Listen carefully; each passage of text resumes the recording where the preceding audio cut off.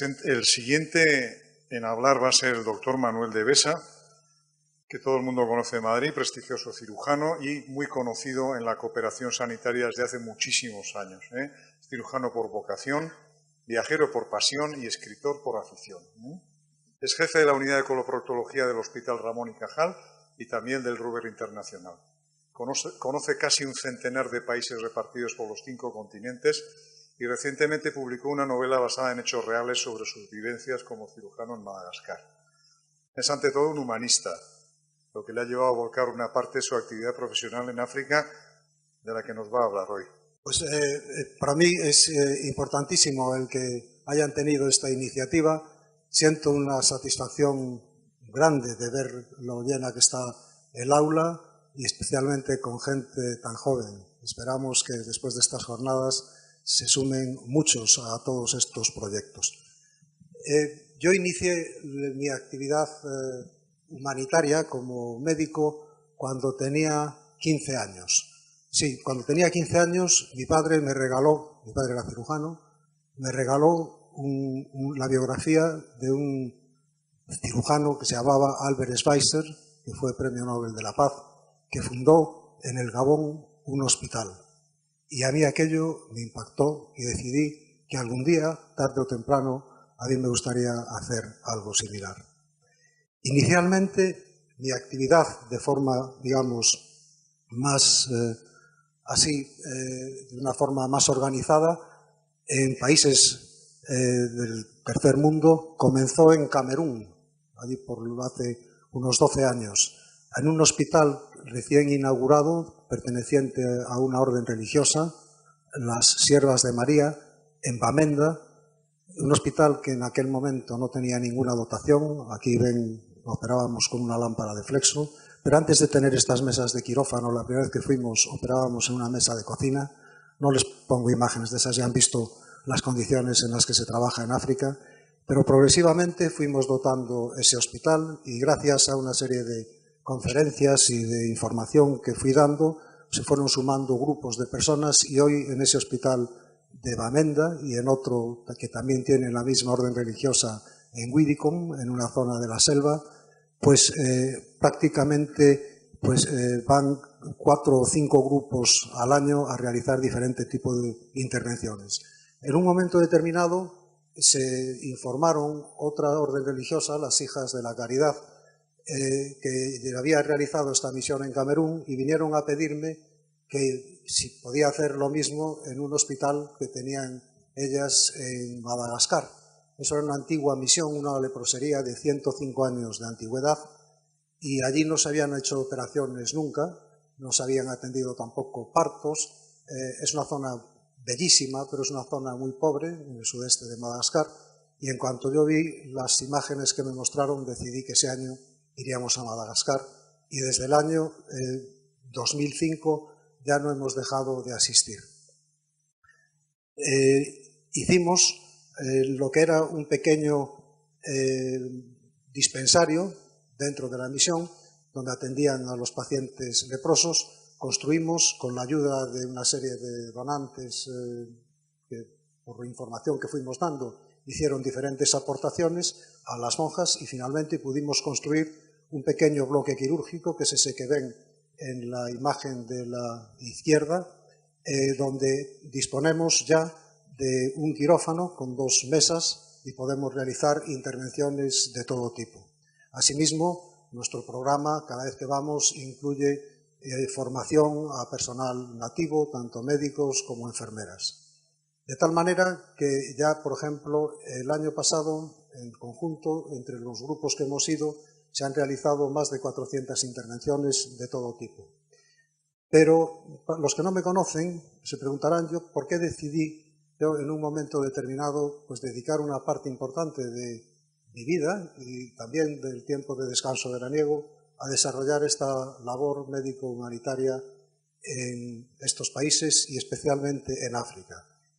Y yo pues les digo que la respuesta es muy sencilla, porque soy médico, soy cirujano y África se muere, leí un día. África se muere de pobreza, de incultura, se muere de violencia y se muere de enfermedad. Y digo esto de pobreza y de incultura, porque el 70% de los 400 millones de pobres y analfabetos en África son mujeres. Y estos aspectos tienen especial incidencia en las mujeres, porque la violencia se ceba especialmente en el sexo femenino. Casi la mitad de las mujeres en África son maltratadas y 4 millones de adolescentes son obligadas anualmente a prostituirse. Pero fíjese en estos otros datos.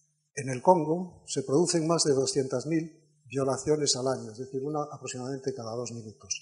Y en Sudáfrica todavía más, cada 83 segundos, es decir, más de 1000 al día. Pero por si todo esto no fuera de por sí escalofriante, una cuarta parte de las violaciones o agresiones sexuales se producen de camino al colegio o al regresar a casa. Y en Sudáfrica, la tercera parte de las violaciones denunciadas fueron cometidas por maestros. Estas cifras, estos hechos aberrantes, demuestran la desprotección a la que están sometidas las niñas, las adolescentes, las mujeres en África. Nos demuestra palmariamente que vivimos un tiempo de insensibilidad social, un tiempo de inmoralidad. Se muere África de enfermedad, y se muere de enfermedad porque hay unos 23 millones de mujeres afectadas por SIDA y un sinnúmero de niños, niñas, hombres y mujeres afectados también por otra serie de enfermedades como la malaria y la tuberculosis, relacionadas, la mayor parte de ellas, con las condiciones higiénico-sanitarias en las que viven. Pero con todo, la mayor enfermedad de la mujer africana es la maternidad.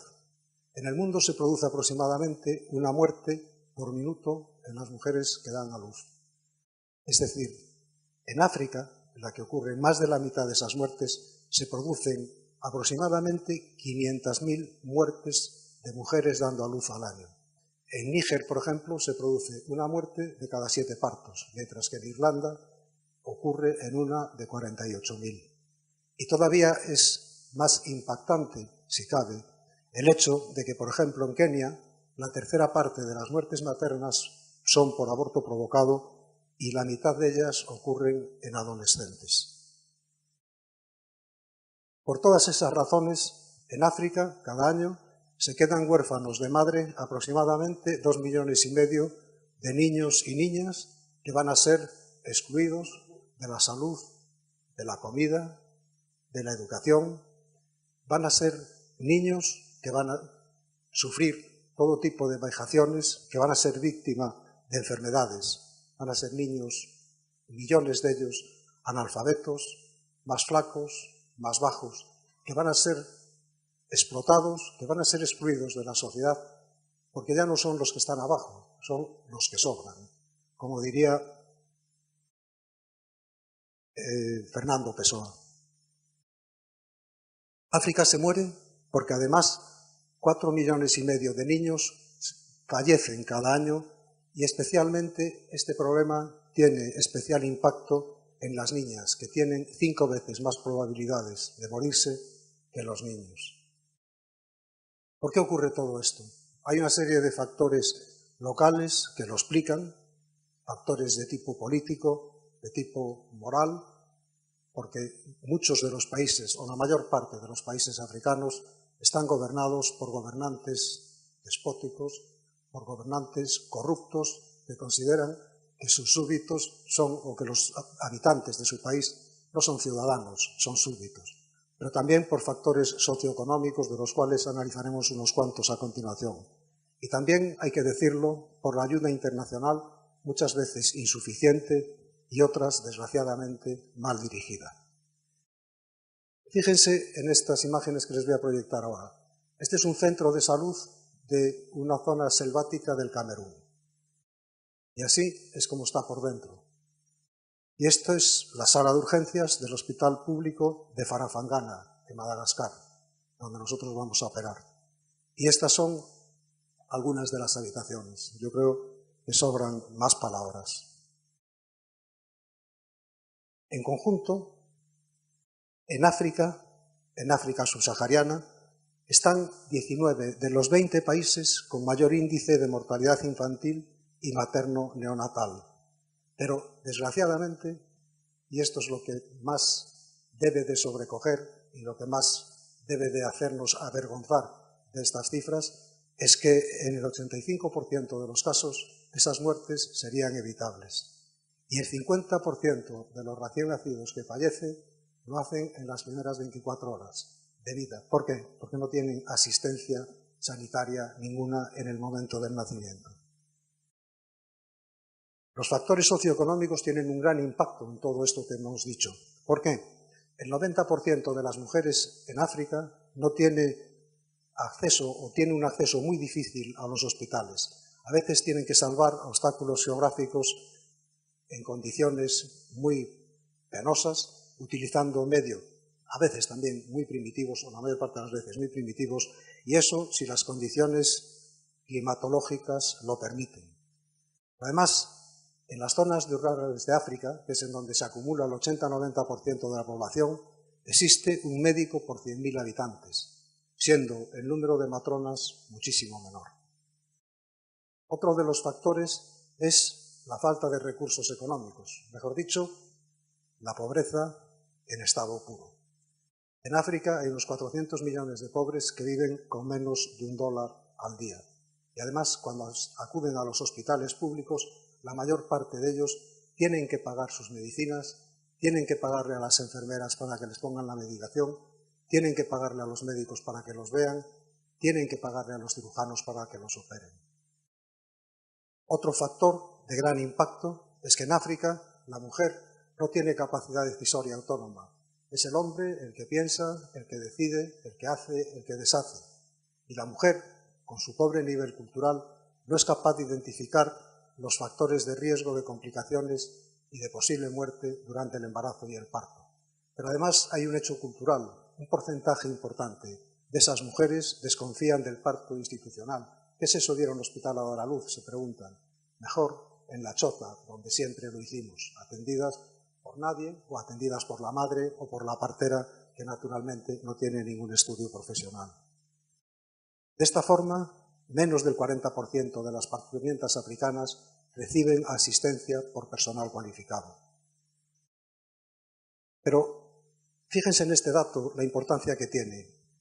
Aparte de que 12 millones de embarazos se producen en adolescentes, de los cuales, como hemos dicho, las 2/3 partes no reciben asistencia, el 60% de las adolescentes sin educación son madres, frente a solo el 17% de las que tienen educación secundaria o superior. Fíjense en la importancia de la educación también en todo esto. Ahora, imagínense esta niña, imagínense esta pelvis infantil albergando un feto en su momento del embarazo, cuya cabeza es demasiado grande para estar en esa pelvis. Imagínense esa situación, el momento del parto, en un lugar incierto de la selva, en pueblos, aldeas perdidos, alejados de toda posibilidad de atención sanitaria. Imagínense, por lo tanto, un parto obstruido. El feto no puede salir, se queda encajado en la vagina, se muere, y cuando pasan 24, 48, 72 horas y se encoge y ya puede ser extraído, aparece, por un efecto de compresión que da lugar a isquemia y necrosis, aparece una comunicación entre la vagina y la vejiga y a veces también entre la vagina y el recto. Es la llamada fístula vesicovaginal, la herida innombrable. A partir de ese momento, la mujer es abandonada por su marido, es abandonada por su familia y se convierte en una persona errante y abandonada. Se produce aproximadamente una fístula vesicovaginal cada 50 partos, de tal manera que en África subsahariana hay unos 3 millones de mujeres con la fístula obstétrica, y eso sin contar las que puedan ser producidas debido a las violaciones. Mi condición de cirujano me ha permitido conocer el dolor físico y el dolor moral en todas las vertientes y en casi todos los grados de intensidad. Pero les puedo decir que pocas situaciones en las patologías que yo vivo conllevan tanto sufrimiento como el de la llamada herida innombrable. El momento en el que le extraen el feto a la madre, a esa niña y es abandonada, a partir de ese momento esa niña se va a convertir en una errante de la vida que va goteando los caminos y ahogando su vida con cada gota escapada, a veces también las heces, yendo de ninguna parte a ninguna parte, de donde nadie las despide, a donde nadie las recibe, y como digo, son lanzadas en ese instante hacia la funesta perspectiva de una vida hambrienta y miserable. Cuando yo me desplacé a África las primeras veces y tuve contacto con esa patología, no era una patología a la cual yo estaba habituado a tratar en España, tuve que familiarizarme con ella. Es una patología muy difícil. Las operaciones son generalmente muy complejas y son muy difíciles. Y para poderlas llevar a cabo con éxito, tuve que desplazarme para aprenderlas en un hospital que hay en Addis Abeba, fundado por una pareja de ginecólogos australianos, los Hamlin, que dedicaron toda su vida al tratamiento de esa patología, han operado más de 40.000 pacientes con ese problema y tienen aproximadamente un 95% de éxito. Yo, desde entonces, prácticamente, aunque en el grupo que me acompaña se hace todo tipo de operaciones y abarcamos casi todas las patologías, yo prácticamente dedico todo mi tiempo al tratamiento de las fístulas, porque concretamente en Madagascar, hasta hace muy poco, no había nadie que las tratara.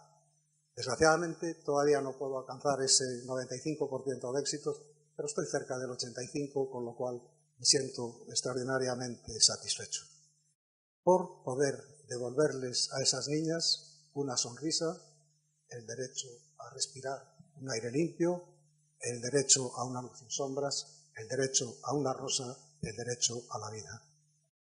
No quisiera acabar esta conferencia sin dedicarles este precioso verso de Mario Benedetti. No te rindas, por favor no cedas, aunque el frío queme, aunque el miedo muerda, aunque el sol se esconda y se calle el viento. Aún hay fuego en tu alma, aún hay vida en tus sueños, porque la vida es tuya y tuyo también el deseo, porque cada día es un comienzo nuevo, porque esta es la hora y el mejor momento, porque no estás sola. Gracias.